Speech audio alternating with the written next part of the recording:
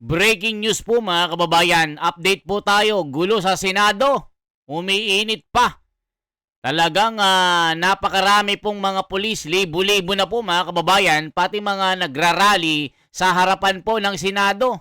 Ngayon po, ipapakita po ni Manang Amy itong nabugbog na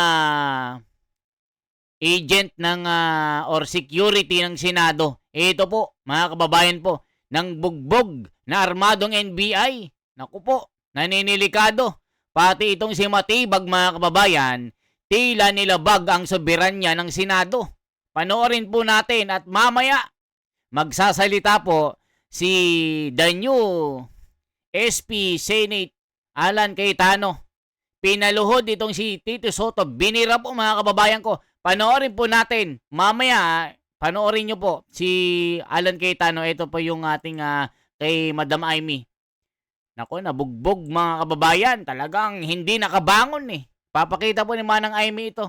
Dito kami sa clinic ng Senado kasi ang balita, ang NBI nag-take over na ng Senate. At ngayon, pilit silang pumapasok dyan sa Senator's Lounge, sa plenary. At nung hinarang ng security ng Senate, kasi may sariling pulis ang Senate, binugbog at sinaktan ang security ng Senate. Talagang hindi na angkop itong nangyayari. Kawawa naman yung security namin. Ay, naku.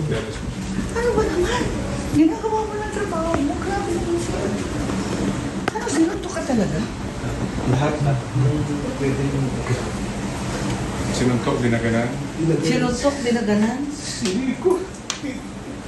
Ano ginagawa mo? Di ba pinagbabawalan mo lang na pumasok doon? Hindi ma'am, sinasala ko na din ng palabas kasi advice po sa amin yung huwag mo na palabasin yung mga walang QR code. Siyempre. So, ang pinapalabas lang ko na yung mga empleyado po ng building po. Bakit nila linakdown ang Senate? Kanino ang Senate? Kanila na? NBI took over the Senate? No ma'am, bali, upon instruction ka rin naman, so kanina pa lockdown na. So, nung palabas naman, sinasala namin yung lalabas po para ma-hold po yung mga kung sino po yung...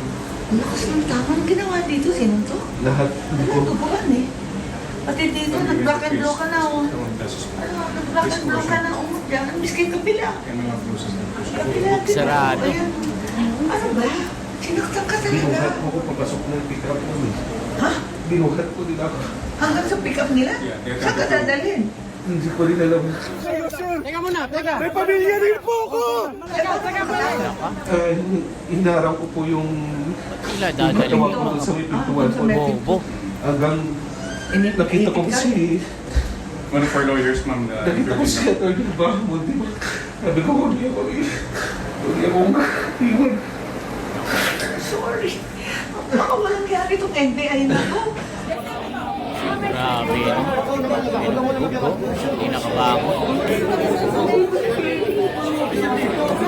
just to go So next. you're taking down this testimony. Sorry, I Yes, got ma'am. confused. Yeah, so ikaw pa rin yung tuwan. So, na-ready naman ma'am yung convoy namin. Just verification. Kung ako nung CCTV yung kung saan po Hindi, pero maliban doon, yung sakit mo, yung tama sa'yo, hindi naman tama yun na nakakaligtas sila ng Commotion na ko dun sa lobby ma'am. Tinula ko pa pabalibag po dun sa may roll after. Then, after nun ma'am, pilit nilang binabali yung risk ko kaya daming Yeah, kailangan po mag-ganos ka dyan eh. pilit nilang tinitwist mo para maprosasan po. Pero, gumanon po ako pati yung glasses nung natanggal ko. So, buti na lang po nakahawak ako dun sa railings po doon tatay sa may roll-up. Door ko na backup. Nung hindi ko, nawalan na po ako ng balance po. Pumalo na po ako doon sa may hagdanan ng roll-up door po. Sinakay ka sa, may sakay ka sa loob. Isakay po nila ako sa sasakyan. Pinipit lang doon yung katawan niya sa pinto So, eh. ito po yung pintuan nung nakadanon na po yung kamay, yung paa ko sa swing yung may isa. Buti na lang nakatakas po ako kasi iba na mo man magsalita yung driver ko eh. Minumura na ako tapos lahat na pwede niyang gawin sa akin, pwede niyang gawin sa loob eh. Buti na lang yung passenger. Hindi, ay ba talaga yan? Ang kapalang yan. Medyo parang... Pero nakaalis daw. Nakatakas daw yung mga NBI na so-called na agent. They're not there na. Pero ma-identify. Bali po yung, basta na-identify ko lang po Takbo doon daw eh. mahabang buhok. na nakasalamin po. Agent na mahabang buhok? Hindi ko alam kung agent siya. Agent ba talaga yun? Tapos, isa rin po yung medyo mataas po yung position na laging naka-gel po baba. Magaling po. Sino si Mel? Matibag? Eh kung naka-gel, si Mel Matibag may salamin? Hindi po. Yung Iba pa yun. ibagsak po yung... May alta pressure ka ba? Meron po ako. Meron? So, chinek mo na? Yes, ma'am. Medyo elevated pa ng konti. Medyo agitated Kaya po siya. nga. We'll just check later. Ayan mga kababayan ko, nako, na binugbog ng NBI. Pinakita ni Manang Aimee. Nagkasugat-sugat yung kamay, may black eye, may bukol-bukol mga kababayan. Nako po. Sabi ng PNP, hindi pwedeng arestuhin si Senator Bato kahit na may warrant of arrest sa ICC. Nako po, mga kababayan ko, pumapalag na ang PNP dito. Kailabisan, kasuhan, sorry for you. May hustisya, may justice be served. Justice must be prevail. O ngayon mga kababayan, pakita natin itong birada po ni SP Soto. Naku, yari itong si mga kababayan ko. Kawawa itong si SP dito. Kasi siya yung may pakana dito kaya nakapasok ang NBI . Ito po. 3 points of information for all of us. Before that, an appeal sa lahat ng naka-video kagabi, whether dito sa labas ng session hall, whether dyan sa baba, dun sa ginulpi na member ng ating Office of the Sergeant of Arms, or dun sa labas, please volunteer and submit your video because we agreed with the NBI that they will conduct a fact-finding. The Senate will also conduct a fact-finding. And the NBI director promised us that if any of his agents exceeded their authority, they will be dealt with by law, whether administrative or criminal charges. I'll just finish, Senator Subirmay. So his report was that nang haras daw yung Osaha, but when I showed him the video, he was also surprised. But of course, there are many videos. So that's my first point, that in reaction to what you said, iba yung magulo Senate, iba yung ginugulo ang Senate. Diba? Kahit sinong tahimik, pag ginulo, magmumukhang magulo. But today shows you na walang gulo. Number 3, I think that is the inherent weakness of social media versus news. Legitimate, I will not use legitimate because everything is legitimate no matter what the platform. But what I'm saying is that when people cut interviews, so for example, I think Senator Trillanes said, anong pinagsasabi ng mga senador, including myself, he gave up.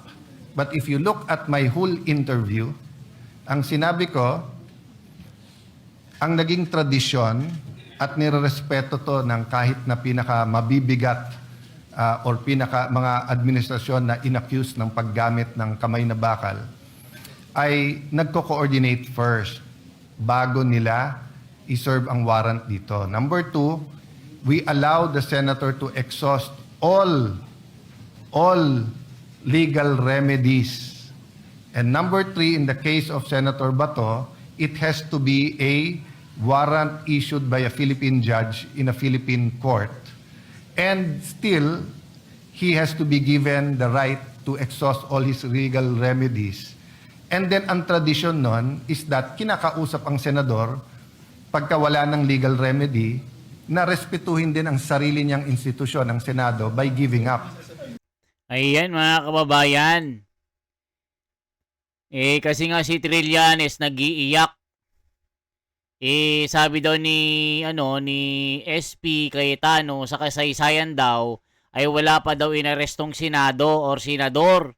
Siya daw yung inaresto sa kasagsagan po ng session. Trillanes, sa panahon mo kasi talagang rebellion ka. At dito, idinaan po sa local court. Itong situation po at estado ni General Bato, ang nag-i-issue po ng warrant of arrest ay galing po sa ibang bansa o dayuhang otoridad. Tapos nagfilingero ka pang the new sheriff in town. Kumbaga, agaw eksena ka at inagawan mo ng eksena si NBI Director Matibag. Kumbaga, nagfeeling na pulis ka. Barangay tanod ka lang pala. Mga kababayan ko. Kaya dito, naiipit ngayon itong si Tito Soto. Dahil nga po, siya yung nagbigay ng permiso sa pagpunta ng NBI at hindi po ipinaalam sa kanyang kasamahan. Kaya dito, naninilikado itong si Tito Soto at itong si Trillanes. Tila makukulong po itong si Trillanes at magkakaroon po ng pag-uusapan kasi mga kababayan itong si Tito Soto mga kababayan. Tila isang Judas, Hestas Barabas na talagang gustong-gusto niyang mahuli si General Bato. Walang malasakit mga kababayan. Basta sariling interes ang iniisip niya. Talagang ipapahuli niya si General Bato. Mga kababayan ko, sabi nga po bakit itong si Trillanes umaastang pulisya? Isang ito, ano ba siya, pulis? NBI ba siya? Civilian na ito mga kababayan. Umaastang otoridad. Kaya na banatan ito ni Cayetano at ni Attorney Israelito Torion na tila yung batas sa Pilipinas lumilipad. Mga kababayan ko, anong masasabi nyo dito? Kaya mabuti na lang na napalitan ang Senate President. Kasi itong si Tito Soto mga kababayan, oo lang ng oo ito. Wala kasing alam sa mga batas na umiiral sa bansa na talagang ibebending dalo nila kahit na natatapakan nila ang karapatan ng isang Pilipino. Gaya po ng ginawa nila kay Tatay Digong, ipinagyabang ni Trillanes na mangyayari daw sa kanya ang naranasan ni Tatay Digong tulad ng pagkakahuli niya na ginawa ni General Torre. Kaya dito mga kababayan, dahil iba na ang liderato ngayon, kawawa kayo ngayon. Akala nyo kasi kayo lagi ang nasa tuktok at tugatog. Ngayon po umiikot din ang gulong ng buhay. Kaya kayo mga bending dalo kayo, Trillanes, at kung sino pang mga Hestas Barabas na mga Judas sa kapwa Pilipino, pagbayaran yung ginawa nyo. Sana, buti na lang matapang itong si Cayetano. Hindi umaatras. Kasi pag si Tito Soto yan, parang, sige, dalhin nyo. Dalhin nyo yan. Ganun lang Kasi atat na ma-impeach si Sara. Mga kababayan ko. Hinarang nila si Bato Yan, hinahabol si Bato. Tignan nyo, natumba pa nga si Bato Nagkasugat-sugat yung mga daliri niya. Sa sobrang takot siguro na mahuli siya ng NBI yan. Nagkahabulan sila. Kaya mga kababayan, anong masasabi nyo dito?